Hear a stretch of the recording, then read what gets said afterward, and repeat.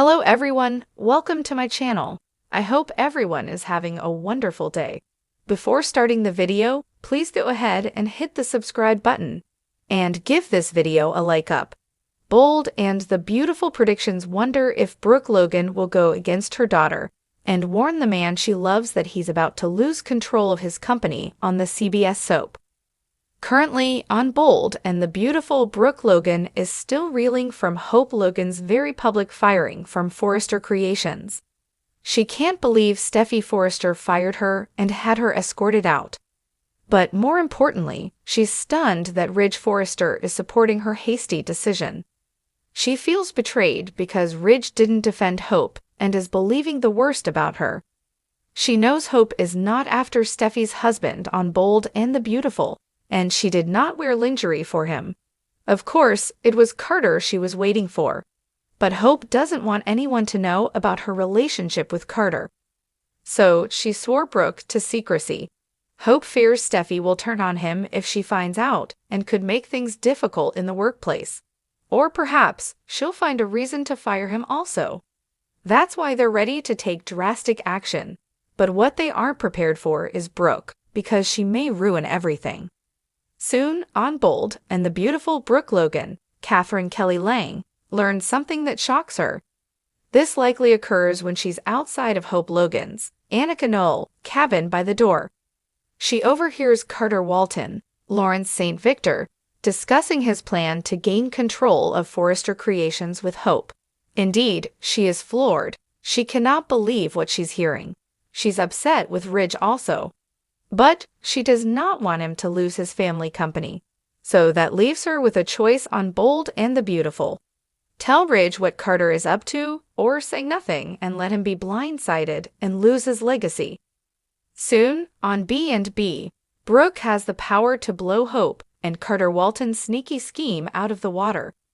Of course, she wants to avenge Hope and save her fashion line Hope for the future.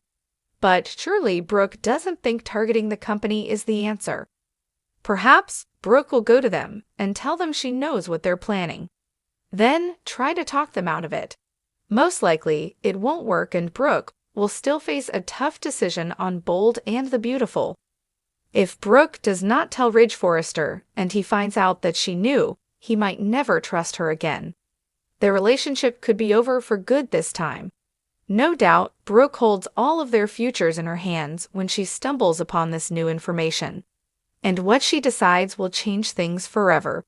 B&B is wild these days. Tune in to see if conflicted Brooke Logan gives Ridge a heads up or lets Carter steal control of FC right out from under him on the CBS daytime drama. The air in Los Angeles hung heavy with secrets, and at Forrester Creations, the tension was thicker than kosher velvet. The fashion house was abuzz with whispers, not about the next line, but something far more dangerous. Something corporate, something personal. Brooke Logan Forrester stood by the grand windows of the executive suite, her expression a mixture of worry and fire. The sunlight highlighted the worry lines etched across her usually glowing face. A folder clutched in her hand trembled slightly, and her blue eyes glinted with something Ridge hadn't seen in a long time, raw, unfiltered determination. She had just left an emergency lunch with a former contact from the corporate finance world, a woman Brooke had mentored during her time as CEO. Over salmon and sparkling water, the contact had dropped a bombshell that turned Brooke's blood cold. "Ridge," she said sharply, stepping into his office. Ridge was sketching, as always, lost in his designs, blind to the storm forming just beyond the sleek glass walls. Ridge's brow furrowed as he flipped it open, spreadsheets, shell company names, board votes, and at the top of it all, the unmistakable logo of Spencer Publications. "A warning," Brooke said. "There's a hostile takeover being plotted, Ridge, and it's coming from someone we thought we had under control. Not just Bill," she said, pacing now. "I think it's Justin Barber too, and maybe someone else. Someone on the inside." "I know it sounds paranoid," Brooke said, "but think about it. The stock fluctuations, the delays in supplier payments, anonymous buyers picking up small shares, bit by bit. It's too coordinated. Suddenly, the door creaked open, and Steffi stepped in, looking every bit the confident executive. "Lose everything?" she echoed. "What's going on?" Brooke didn't hesitate.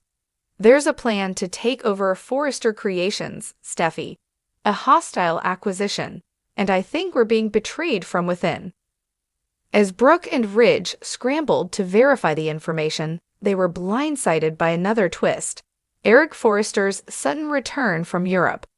Rumors had swirled that the patriarch was working on a secret collection, but it turned out he had been working on something even more vital: securing a silent majority of voting shares from old investors who still held loyalty to the Forrester name. Eric was furious when he heard about the threat. "This company was built on love, passion, and family," he declared. "I will not let it fall into the hands of opportunists." With Eric back in the fold, Brooke felt a renewed sense of hope, but also fear. If the inside leak was real, they were facing more than a corporate crisis. They were facing betrayal of the highest order. Could Donna, Brooke's sister, have accidentally leaked key financial documents in her ever-growing closeness to Eric's affairs? Even Hope wasn't above suspicion. Her collaboration with Deacon and her growing distance from the Forrester inner circle had raised a few red flags. And then there was RJ. The youngest Forrester was ambitious, talented, and increasingly tired of being in everyone's shadow. Brooke refused to believe her son could be involved, but even she had to admit, his recent meetings with tech consultants seemed fishy. "Someone wants to destroy us from the inside," Brooke said to Ridge one evening as they stood in their living room, the city lights flickering like stars behind them. "And if we don't find out who it is soon, they'll succeed." Ridge looked at her, his expression more serious than she'd seen in years. "Then we dig, Logan. We dig until we find the truth, no matter how ugly it gets." He chuckled, not gloating, offering, "You see, this takeover, it doesn't have to be hostile. I want to bring you with me. You, Ridge, the whole team. You'd still have creative control. But the business, the infrastructure, that needs new leadership, my leadership." The next board meeting exploded into chaos. Accusations flew. Allegiances shifted. Stockholders were swayed by promises, threats, and memories of the Forrester legacy. Brooke stood beside Ridge, fierce and proud. She had been the company's first female CEO. She had defended this family through every scandal, every affair, every fall. But Brooke had done what she set out to do. She had warned Ridge. And now, the war wasn't just about business.